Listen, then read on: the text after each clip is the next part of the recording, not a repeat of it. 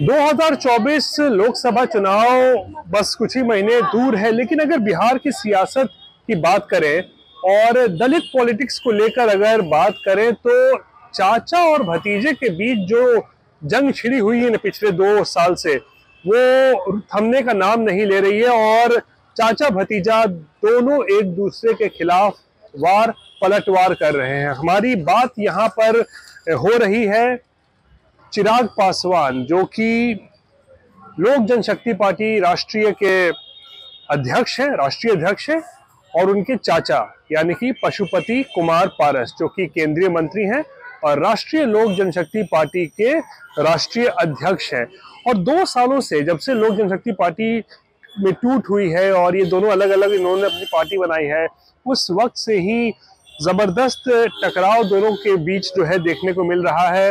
और अब जैसे जैसे 2024 के लोकसभा चुनाव करीब आ रहे हैं, ऐसे में टकराव बढ़ता जा रहा है और सुलह जो है वो कहीं नजर नहीं आ रही है। हालांकि सूत्रों के मुताबिक अगर माने तो बीजेपी लगातार इस प्रयास में लगी हुई है कि किसी तरीके से पशुपति पारस और चिराग पासवान के बीच में सुलह की स्थिति हो जाए, जिसके वजह से जब चुनाव आएंगे और सीटों का बंटवारा होगा तो पशुपति पारस और चिराग पासवान को कुल मिलाकर तकरीबन 6 से 7 सीटें दी जा सके, लेकिन अभी ऐसा होता दिख नहीं रहा है।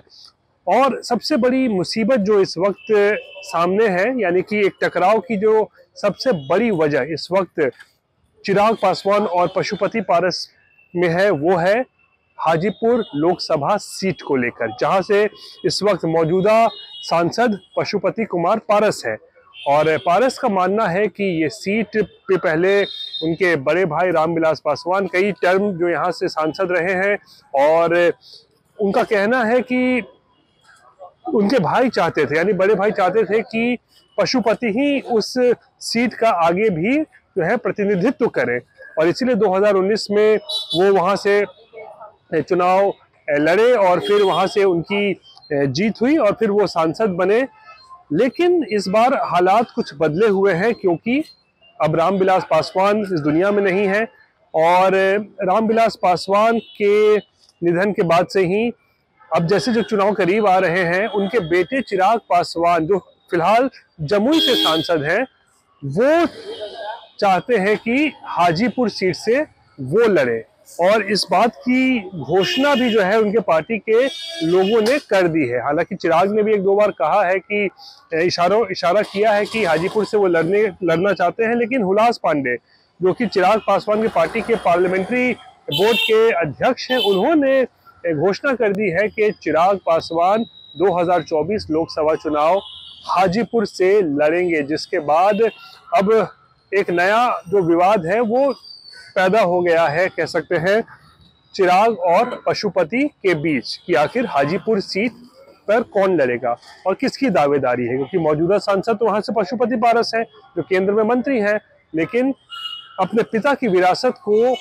संभालने के लिए, आगे ले जाने के लिए अब चिराग पासवान भी इस सीट से चुनाव लड़ सकते हैं, जैसा कि हुलास पांडे ने घोषणा कर दिया है। तो ऐसे में हाजीपुर सीट जो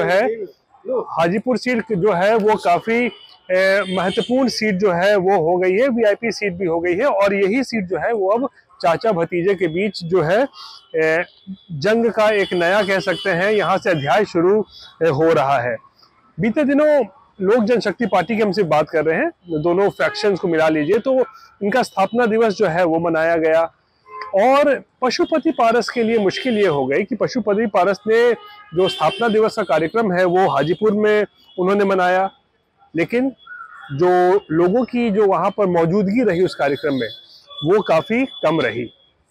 और वहीं दूसरी तरफ पटना में बापू सभागार में जब चिराग पासवान ने भी स्थापना दिवस मनाया अपनी पार्टी का, तो वहाँ पर अच्छी खासी तादाद में लोग आए थे। लेकिन सबसे बड़ा जो वहाँ पर एक खबर ये हुई कि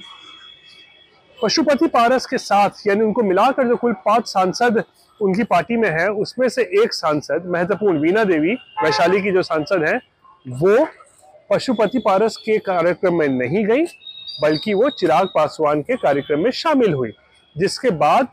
इस बात को लेकर कयास लगाए जाने लगे कि क्या पशुपति पारस की पार्टी में ही टूट हो गई है और क्या उनके पार्टी के जो तमाम सांसद हैं उनके साथ नहीं है। क्योंकि इस वक्त मौजूदा वक्त में पशुपति पारस के पास 5 सांसद हैं उनको लेकर। खुद पशुपति पारस है, चंदन कुमार है, उसके बाद वीणा देवी है, उसके बाद महबूब अली कैसर है और प्रिंस राज जो है। तो ये 5 सांसद पशुपति पारस की पार्टी में है। लेकिन जब से वीणा देवी हाजीपुर नहीं गई और पशुपति पारस के कार्यक्रम में शामिल नहीं हुई, बल्कि वो चिराग पासवान की पार्टी में शामिल हुई, उस कार्यक्रम में शामिल हुई, तब से कयास लगाए जाने लगे कि पशुपति पारस की पार्टी में टूट हो गई है और आने वाले दिनों में और भी जो सांसद हैं पारस गुट के, वो चिराग पासवान का दामन थाम सकते हैं, यानी उनकी पार्टी का दामन थाम सकते हैं। और यही जो है अब नया विवाद पैदा हो गया है। हालांकि बीजेपी लगातार कोशिश कर रही है कि किसी तरीके से चिराग और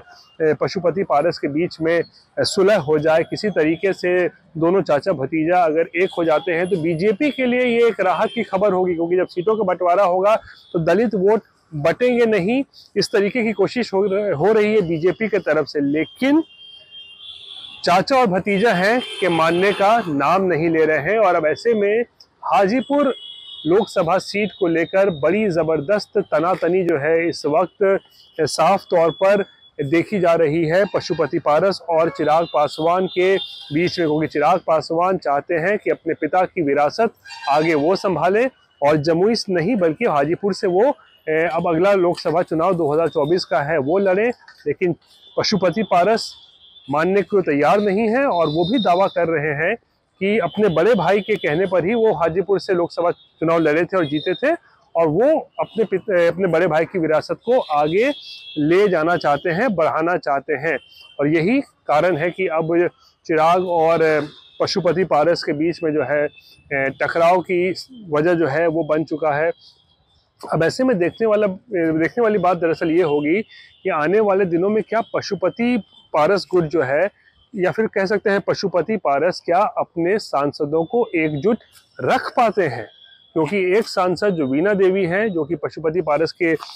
पार्टी की पार्लियामेंट्री बोर्ड की अध्यक्ष हैं, वो तो ऐसा लगता है कि वो उन्होंने पशुपति पारस का दामन छोड़ दिया है, उनकी पार्टी को से अलग हो गई है, अलग स्टैंड ले लिया है। लेकिन हालांकि पशुपति पारस कहते हैं कि उनकी पार्टी एकजुट है, पार्टी में कोई किसी प्रकार की टूट नहीं हुई है, ऐसा दावा किया जा रहा है। लेकिन जो साफ तौर पे ज़मीन पर दिख रहा है वो ये कि चिराग पासवान की लोकप्रियता जो है वो काफ़ी बढ़ती जा रही है। चिराग लगातार बिहार के कई इलाकों का दौरा कर रहे हैं, जहां भी उनके कार्यक्रम होते हैं ज़बरदस्त जो है वहां पर भीड़ उमड़ती है, लोग उनके पास पहुंचते हैं उनसे देखने के लिए, उन्हें सुनने के लिए। लेकिन वहीं दूसरी तरफ पशुपति पारस ने जैसे ही स्थापना दिवस का कार्यक्रम हाजीपुर में किया, वहां पे जो जिस तरीके के लोगों का रिस्पॉन्स था वो काफ़ी ठंडा देखने को मिला। तो ऐसे में बीजेपी को भी पता है कि भविष्य में अगर दलित पॉलिटिक्स करना है बिहार में तो चिराग पासवान बेहद महत्वपूर्ण नेता साबित हो सकते हैं। और इसीलिए चिराग पासवान एनडीए खेमे में वापस भी आए थे। लेकिन बीजेपी के लिए सबसे मुफीद जो है वो हालात वही होंगे कि अगर चिराग और पशुपति पारस एक हो जाते हैं, तो उस हालात में जो सबसे अच्छा जो है सिचुएशन जिसे कह सकते हैं मुफीद हालात होंगे बीजेपी के लिए, कि दलित वोटों का बंटवारा भी नहीं होगा और दोनों चाचा भतीजा अगर एक हो जाते हैं तो इससे पार्टी भी मजबूत होगी और एनडीए को भी इसका फायदा पहुंचेगा। लेकिन फिलहाल जिस तरीके की मौजूदा स्थिति है उसमें तो ऐसा लग नहीं रहा है कि चाचा और भतीजे में कोई भी सुलह के आसार हैं, और दोनों जो है अपने अपने जगह पर अड़े हुए हैं और चाचा भतीजा एक दूसरे के खिलाफ मोर्चा खोले हुए हैं और दोनों मानने को बिल्कुल भी तैयार नहीं नजर आ रहे हैं। रोहित सिंह, पटना, बिहार तक।